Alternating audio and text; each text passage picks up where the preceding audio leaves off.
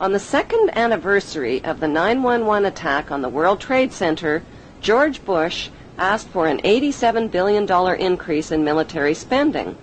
At the same time, the media released a dramatic video showing Osama bin Laden alive and well and threatening to make the 9/11 attack seem like foreplay.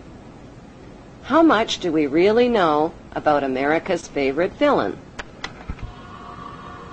Multimillionaire Osama bin Laden was the 17th of 52 children fathered by a wealthy construction baron named Mohammed bin Laden, who had close ties to the Saudi royal family and the Bush family.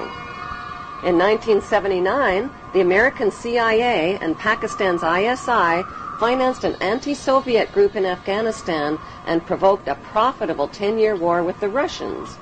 When the Russians invaded Afghanistan, the CIA hired Osama bin Laden to recruit and train al-Qaeda fighters to fight the Russian army. Invasion. Anti-communist guerrillas in Afghanistan have been at the front line in the fight against the spread of communism. But what was the fight really all about? Not carrots or potatoes. It was about poppies, endless fields of opium poppies that provide over 70% of the world's heroin supply to heroin addicts worldwide. These are very uncomfortable issues for politicians.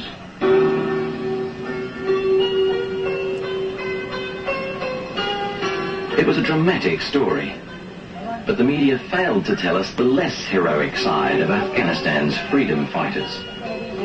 America's new friends had become hooked on the economics of the poppy. During the war, many of the mujahideen radically increased the production of opium, the raw ingredient of heroin. The international drug trade began in 1606 when Queen Elizabeth I built England's wealth by trafficking illegal opium from India to China.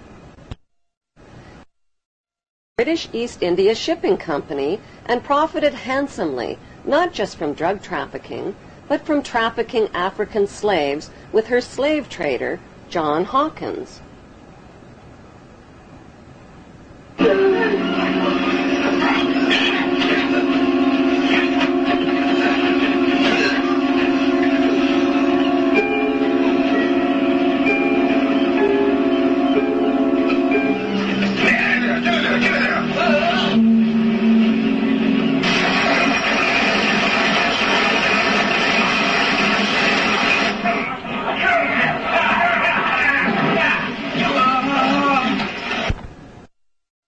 First, knighted her slave trader with the noble title of Sir John Hawkins.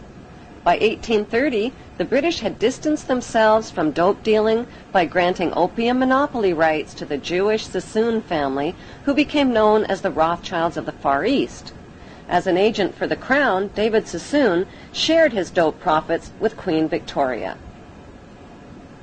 The British East India Company built a major factory to process the opium here at Gazipur. It's still a lucrative earner for the Indian government, which sells opiates to the world's pharmaceutical industry.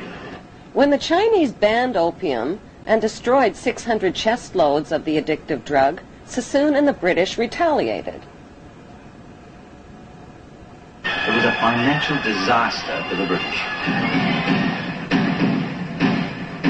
With huge profits at stake, they retaliated with the Opium Wars of 1843 and 1858. The forces of the market were to defeat China's moral prohibition.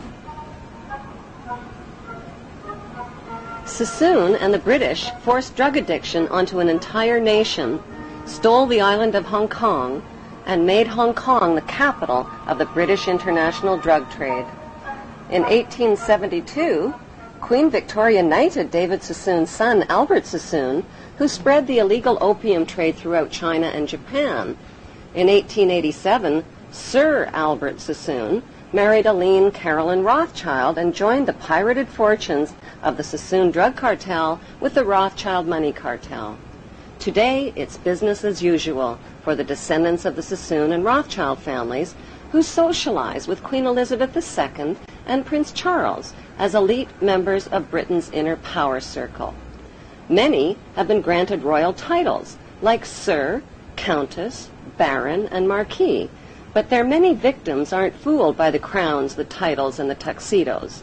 They have very different titles for them. Titles like liars, thieves, dope dealers, and mass murderers for the crown.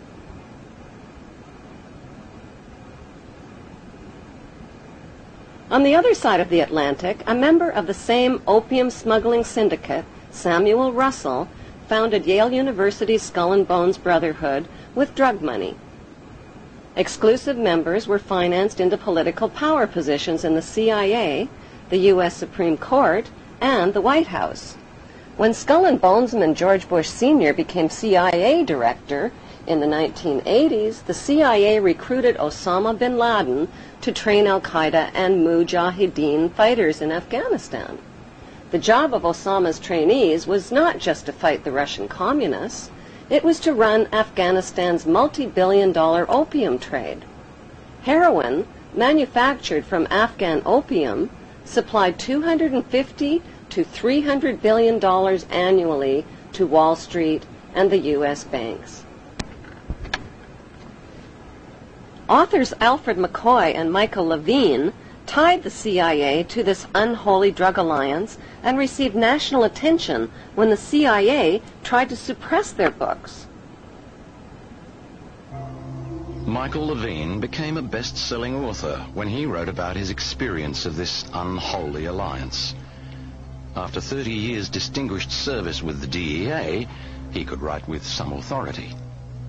You could look at what they did to me as an example in microcosm of Central Intelligence's actions and the State Department in completely subverting the drug war. You know, the drug war was something that only existed in the minds of Americans, on the streets of America, for kids like my brother, for cops who died. There was no drug war. The biggest drug dealers in the world were given a license to sell drugs to Americans to support themselves. And this continued right down from Southeast Asia, through the Mujahideen, through the Contras. But how was the heroin smuggled into the United States? One of America's most gruesome secrets is that during the Vietnam War, heroin was smuggled into the United States by hiding it inside the body bags of dead American soldiers.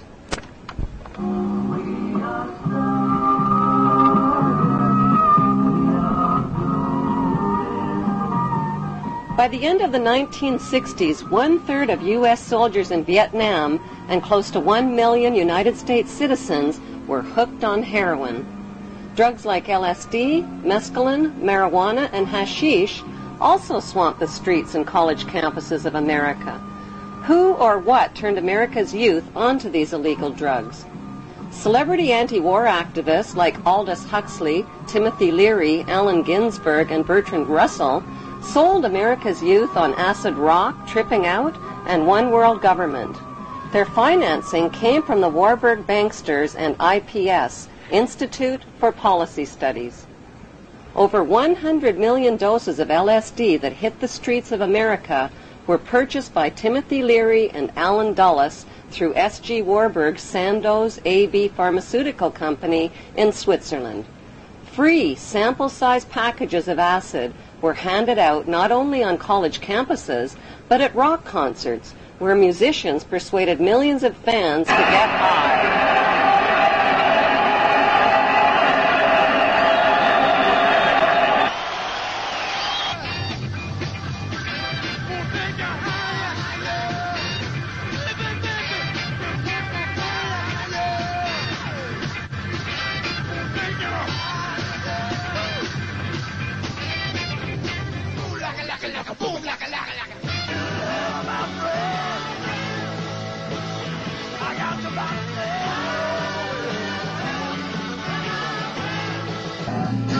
Critics of the drug culture blame parents, teachers, law enforcement, and everybody except the people behind it all, namely the Rothschild-Warburg banksters and their Committee of 300. According to Dr. John Coleman, who wrote the story of the Committee of 300, The Beatles rock group were brought to America by the Tavistock Institute. Tavistock launched the drug culture revolution in America to popularize and normalize social drug use. Through their record companies and advertising monopolies, the banksters have packaged and financed their celebrity salesmen to anesthetize, addict, and enslave billions of people worldwide with dependencies on both prescription and non-prescription, legal and illegal drugs. Those drugs range from alcohol, nicotine, and caffeine to Prozac, crack cocaine, and heroin.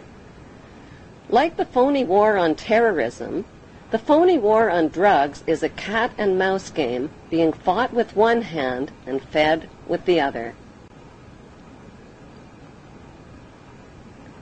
The peace symbol adopted by the drug flower children of the 60s